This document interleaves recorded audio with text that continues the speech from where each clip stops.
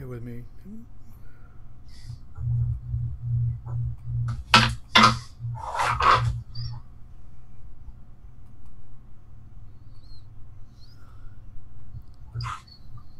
Writers here at LSU, and North Carolina did the same thing. Walker Percy, our great writer, Catholic writer out of Louisiana, out of Covington, was the editor of the newspaper at Chapel Hill, North Carolina. So a lot of similarities back and forth. And then about for the last 20 years, Carolina has been the progressive state. They moved forward. They moved ahead of us. Charlotte has emerged like Baton Rouge and New Orleans should have, much cleaner cities, a lot going on there. And they were working in tandem with the governor. But what's happening now is that, and by the way, another change, by the way, the starting quarterback for the University of North Carolina this year is going to be one of our rejects, Brandon Harris, who started for LSU 2 years ago. And then when he lost his job, he sat out last year and is going to be the starting quarterback at Carolina this year, it looks like. So similarities, a lot going back and forth. Point I'm making is that Carolina now is reaching some of the problems that we have experienced over the past few years, even more so. The polarization, the legislature, if you think it's bad in Louisiana, it's much worse up there. The legislature continually undercuts the Democratic governor, the Republicans in control of the House and the Senate. And so the state is going through some real internal turmoils right now. Conventions aren't going there. They've lost some major sporting events because of some of the legislation they passed. And so I just think it's interesting because Carolina was always the focus of the South, something we aspired to be.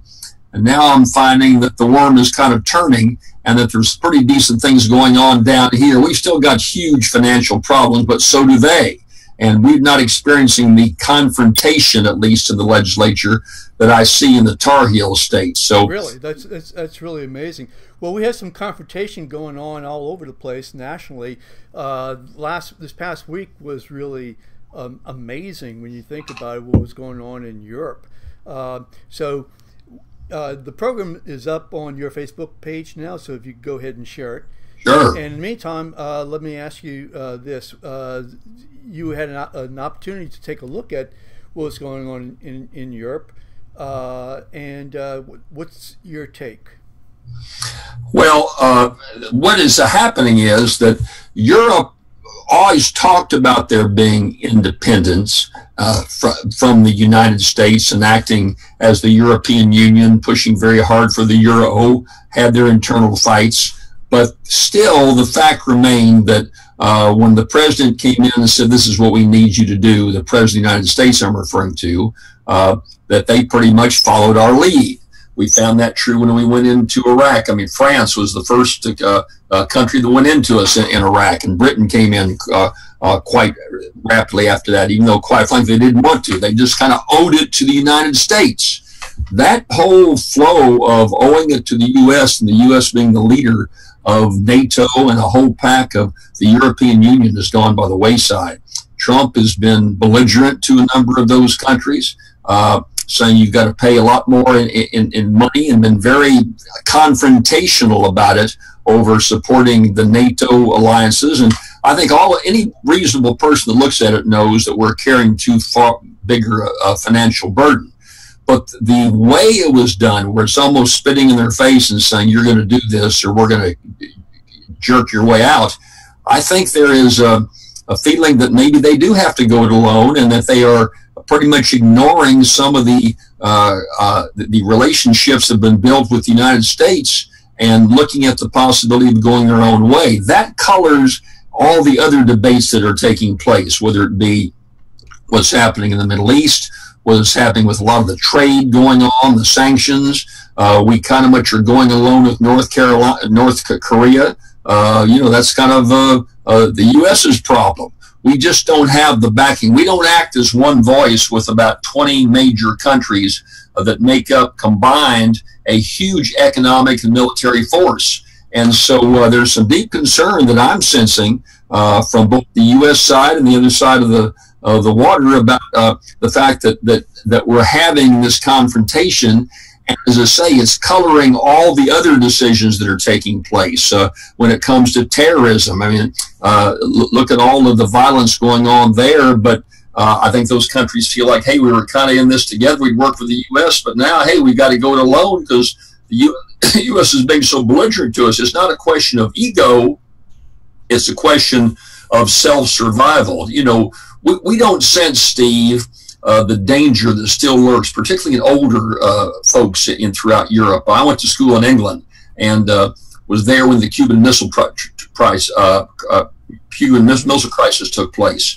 And the terror that went on in World War II, where London was bombed night after night, they're really close at hand. You know, going from England to France to Germany is like going from Louisiana to Alabama up to North Carolina. It's the same distances.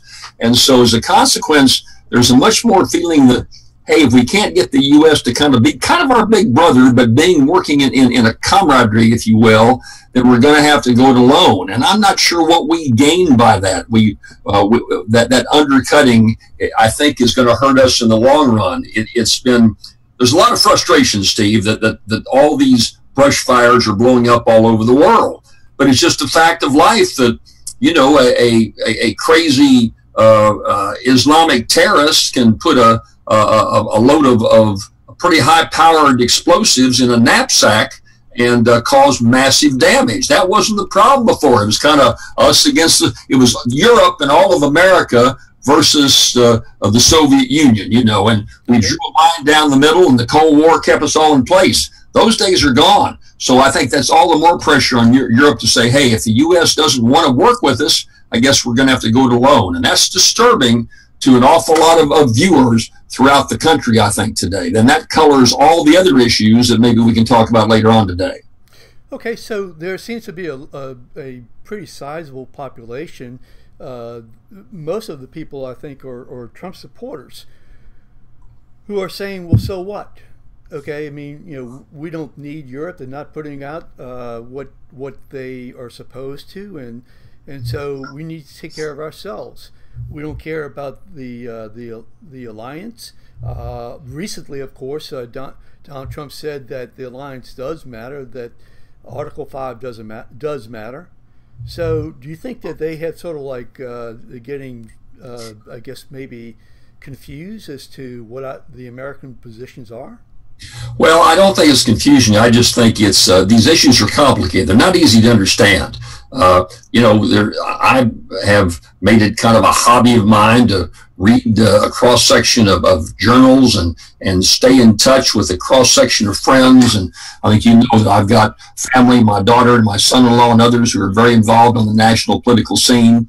And so, but even then it's still confusing and very complicated. I go back to my North Carolina analogy, and I was asking folks there about their concerns and all the stuff involving Trump and his son-in-law and his son and Russia, and they're kind of ambivalent about it. And it's not just, you know, it's just most of the population. There's not any real concern. Say, well, that's just politics, and Russia is gone. You know, they didn't really affect this thing, and we don't understand what all that fuss is about. Let's get on to dealing with other problems in the country. It just hasn't resonated. And I don't mean that as a criticism, because you know, you could go back in history and look at Watergate and Richard Nixon. I mean, there was a year of front page articles day after day after day about Watergate, and it didn't hit any at home at all, and Nixon was easily reelected. It took about 2 years for those problems to fester to the point where there was impeachment and serious concern. So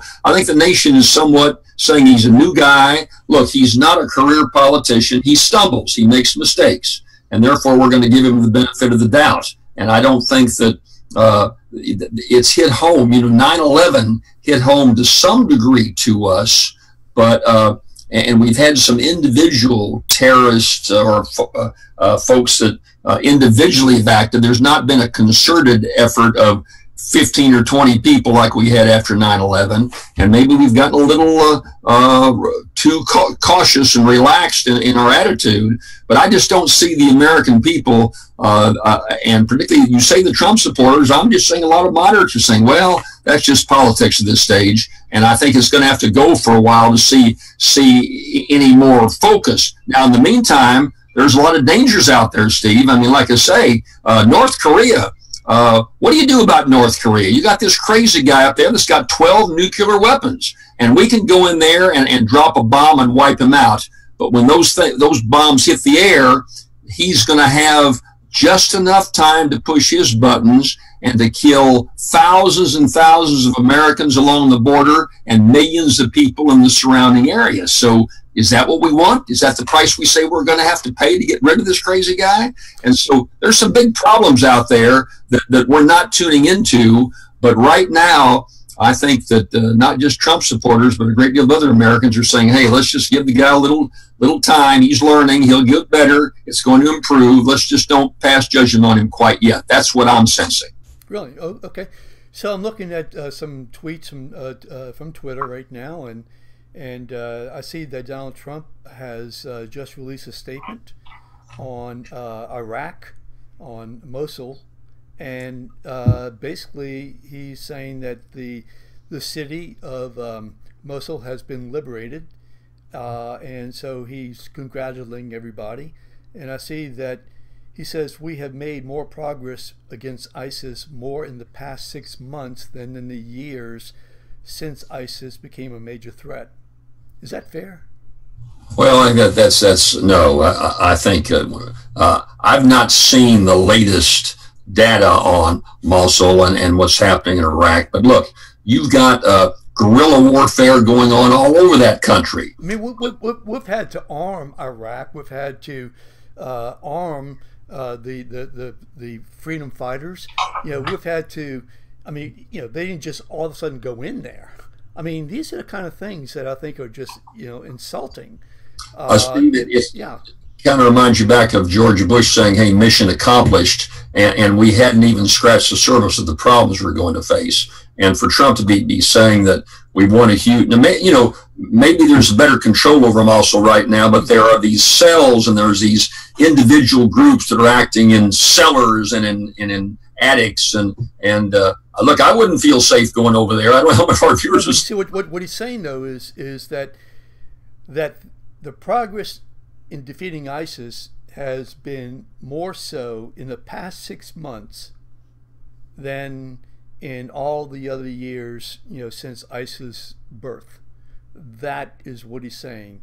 And you know, I just think you have to lay a predicate to, you know, you got to get people over there, you have to fight, you have to I mean, you know, to take virtually all the credit is, I just think, insulting. Well, and these things don't move rapidly. When you're putting in a whole underground network to gather information and to try to stabilize a major country of outlaws like you see in Iraq, this doesn't take place in a month or so. This is 6 months to a year in operation. The military folks that won these victories did so without a whole lot of direction from Obama or from Trump, quite frankly. That's been my experience. I was in the military and followed so much from a number of high-ranking officers I've talked to. Nothing moves that rapidly, or you don't make decisions like that to make this massive movement. It goes back over several presidents, and of course, you know, if you in power, you take all the credit. I understand that. But but number one, you need to be very, very cautious because as we saw the mission accomplished, and we saw, you know, my son-in-law was one of the first major civilians into Iraq following the fall of Saddam Hussein. How many years ago has that been? And we're still in a quagmire in Iraq after all these folks said, oh, it was a huge victory for America. And I think you'd be very cautious about claiming victory during a very difficult time that's going to go on for some time to come. You know, the thing is, I just don't understand what the game plan is. I mean, the bottom line, as far as I'm concerned at least, is that if there's a victory, it's American victory. You know, it's not a Trump victory, it's not an Obama victory, it's an American victory. So if we're being victorious, then, you know, share credit, give credit. You know, I mean, basically, if you're going to isolate yourself with your 30 or 35 or 40% perhaps, you know, what you're going to do is you're going to peeve off the other, you know, 55, 60, 65%. That just really doesn't make any sense to me. And the other thing is, when we say it's an American victory, yeah, Trump. Well, exactly. look, we're not in there to win countries and take over countries. We're trying to bring some stabilization in the Middle East. And so, we don't win. All we do is help stabilize a situation where a halfway legitimate government made up of non-terrorists can go ahead and run a democracy is what we're hoping to do. But democracy comes slow in the Middle East. So they've been trying for 1,000 years. We haven't made much progress. I wrote a column for Bayou Buzz, Steve, of last month saying, East is East and West is West, and there the twain shall meet. We're fighting these same battles. The Germans tried it, and the French tried it, and everybody else tried it, and nobody's been successful yet. So there's not going to be an American victory. All we can hope is stabilization and then move on out. Kind of like Vietnam, quite frankly. Vietnam has become an ally and a very, very progressive democracy and a good economy. And I think if we could get into something like that, it would be considered a huge success. But we're not going to win one for America in this case. No, I certainly agree. I mean, it's a team effort, and I think it should be viewed as such. Let's see. I'm looking at comments. Malcolm Richard says, hearing same thing, Jim. People see Russia issue as a partisan game. Let's move on to issues like ISIS, trade, and jobs. So, what's your take? And thank you, Malcolm. Thank you, Malcolm, for posting that. Malcolm's been around and observed close observer. I know Malcolm for a long, long time.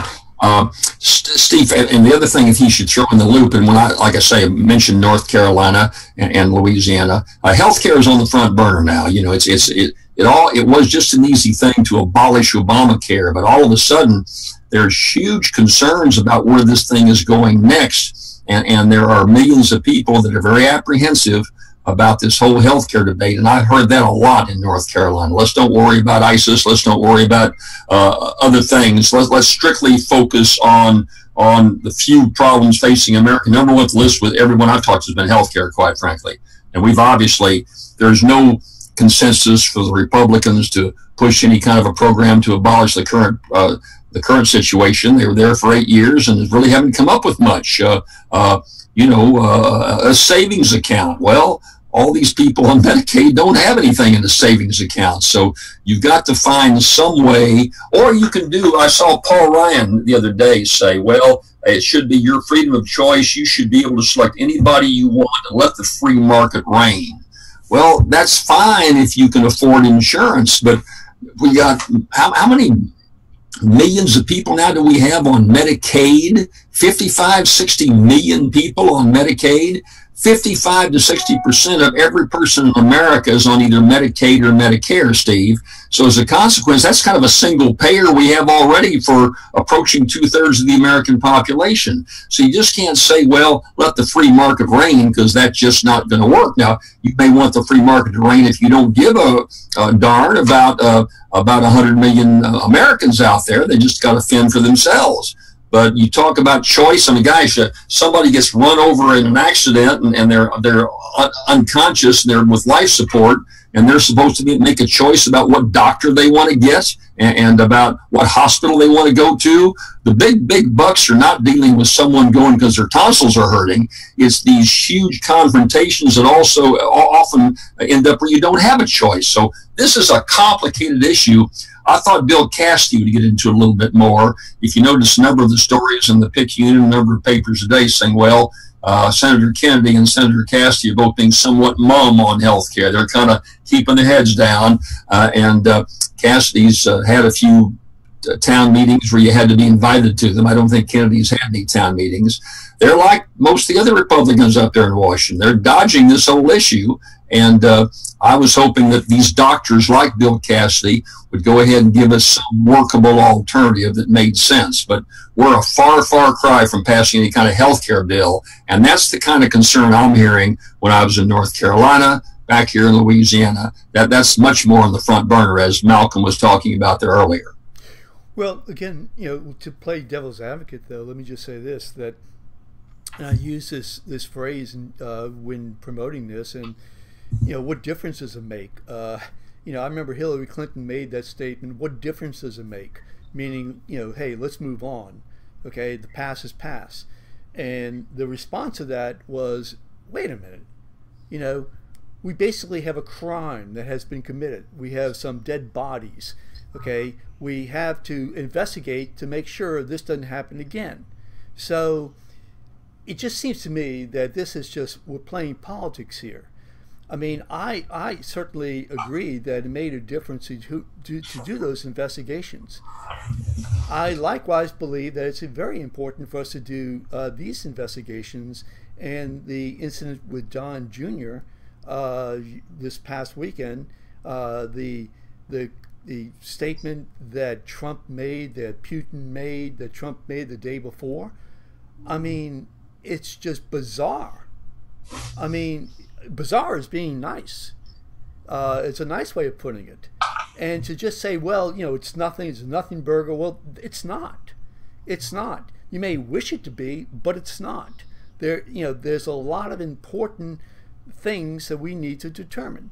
We need to determine if a crime has been committed. Okay. Number two, we need to determine what in the world Donald Trump thinks about whether or not Russia did in any way invade us. I mean, I'm hearing people say, well, so what? We do it to them. Well, no, we don't do it to them. I mean, you know, this is just, this is, to me, it's absolutely incredible. I understand what other people might be saying, okay, and I appreciate what Malcolm is saying, and you know, he and I go round for round on this. I just think this whole thing is political. I think it was political then for the Democrats to say, hey, there's nothing to it, and I think it's political now for the Trump supporters, because it's certainly not, you know, all the Republicans, to say, hey, there's nothing to it, let's move on. Go ahead. Well, Steve, I guess if I talk to the cross-section of folks here at home and all the mountain folks in North Carolina, and you ask 100 of them who Jared Kushner was, maybe 1 or 2 out of the 100 would even know who the guy is. I just don't sense that this has reached any seeping. In other words, it's a surface argument that is played up on cable news, and there's a lot of stuff in the paper about it. But as far as filtering down to concerns of the average American, it's just not there yet. Now, it might get there. It may get there. It's going to take some indictments, and you know, the danger to the Trumpites is you know, Mueller, the special prosecutor, that, you know, if Trump has made one major error in this whole thing, it's even allowing a special prosecutor, because this guy is you know, he's close to Comey, who has been blistered by Trump, and they're going to put their spin on this thing, and there's going to be some, you know, I'm assuming a lot of damaging things to come down with some possible indictments. If that happens, that's going to be catastrophic. So I think that Trump made a huge error there. But so I guess to get back to the Watergate analogy, it just took a couple of years. I mean, there was a break-in the Democratic headquarters of people that were tied in the first couple of weeks to the Nixon administration. Huge bombshell story in the Washington Post, and nobody else would touch it. And a year later, Nixon goes in easily for re-election. It took about 2 years for the combination of the press and investigators to get the smoking gun. And I just think we're not at that stage yet here, quite frankly. Okay. Well, I know that we've got a time limit here. It's now 5:30 Central Time, and I think you need to go. Am I correct? Going to eat a sushi dinner with some in-laws coming in and some old friends tonight, Steve. So sure. I'll be thinking about you and enjoyed being with you and all your listeners. And you're giving me some good fodder to write for my column for Bayou Buzz that comes out on Thursday this week. Gotcha. Okay, listen, thank you, Jim. I appreciate it. And we will. This is up on Bayou Buzz right now. It's on 3 different Facebook pages and on YouTube also. So we will check back again later this week. Thank you so much. Take care. Take care. Bye-bye.